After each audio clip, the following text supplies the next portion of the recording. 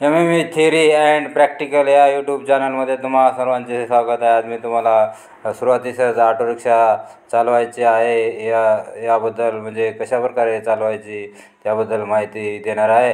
तर auto rickshaw ही एक ओढलेली रिक्षा किंवा मोटरसायकलची आवृत्ती आहे.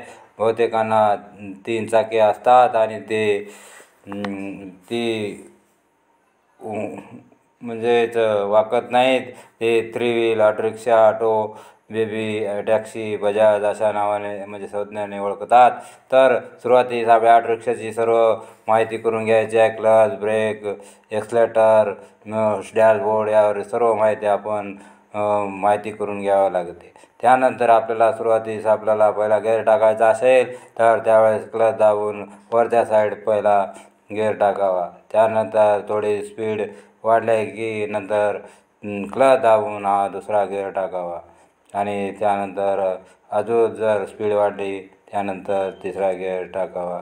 त्यानंतर एखादा उतार आला तर परत आपला गेअर कमी करून क्लच दाबून गेअर कमी करण्यात यावा.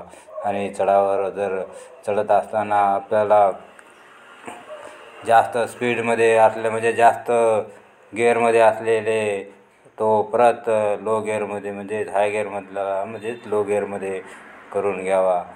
जसा चढा असेल तसा आपण गिअर काय करावे बदलावे लागतात. तर जास्तीत जास्त चढा असेल तर आपल्याला पहिला गिअर टाकावा. जर उतारावर आपल्याला ऑटो रिक्षा चालवायचा असेल तर ते सुद्धा कमी गिअरमध्ये चालावा. अशा प्रकारे मी तुम्हाला आणि ऑटो रिक्षा व त्यासंबंधी संपूर्ण माहिती या व्हिडिओद्वारे करून दिलेलं आहे.